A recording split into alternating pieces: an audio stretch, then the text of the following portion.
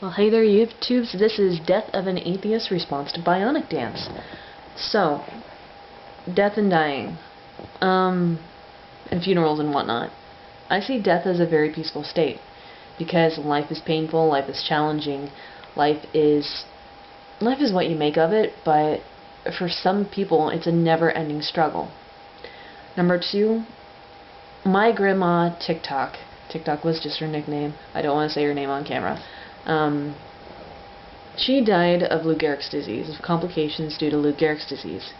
And what Lou Gehrig's disease does to your body is basically it shuts down your major muscles, and your brain is still completely conscious. My grandma TikTok was sharp as a tack up till the day she died, mentally. But she couldn't talk because Lou Gehrig's disease had shut down the muscles in her mouth. She couldn't walk. She could barely move. And she couldn't even eat because that's how the disease affected her. Basically, she was trapped. She was trapped in a body that didn't work. That's how she died. Death was a blessing to her because my grandma, she was the kind of woman who was still turning cartwheels at 80.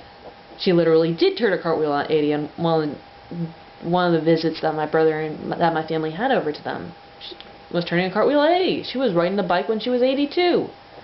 She was still roller skating at 70. I see death as merciful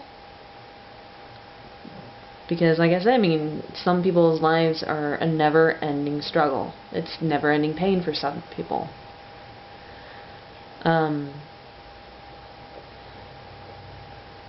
So, I see death as a very peaceful state.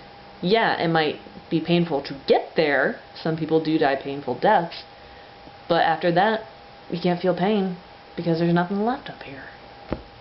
As for my own personal death, number one, I'm an organ donor. So I want them to take whatever tissues out of me that they can. And I've told my friends and I've told my family that I want that person to know me. That I want the person who gets my heart to know that I was a big gay superhero.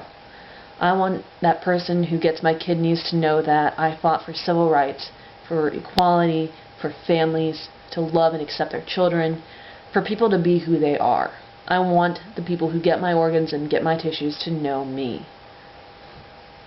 Because, my organs will be living on in another person if I happen to go in a way that allows people to harvest my organs.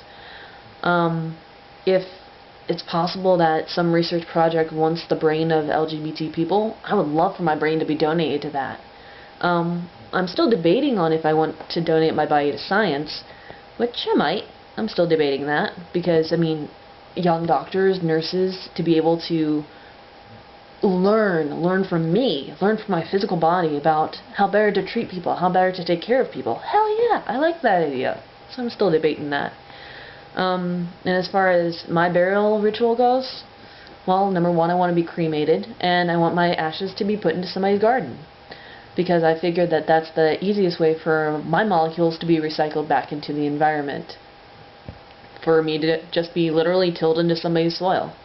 And once I finally write up my will, I'm going to leave some money so that people can have a party. I like your idea about having a wake, which is exactly what I want, is once my ashes get burned, or once my body, if I donate it to science, gets returned to whoever happens to be taking care of it, and I get cremated, I want them to sit around, I want them to toast to me, celebrate my life, celebrate who I was, what I meant to them, as they either till my body into the soil, or maybe plant a garden. That's what it will be. It will be a garden party. As they till my ashes into the soil and plant seeds and whatnot, I want them to have a party. I want them to have a drink on me. So, yeah, that's what I want when it comes to my death. And, like I said, as I view funerals and the death of other people, it's a very peaceful state because, some people live very painful lives.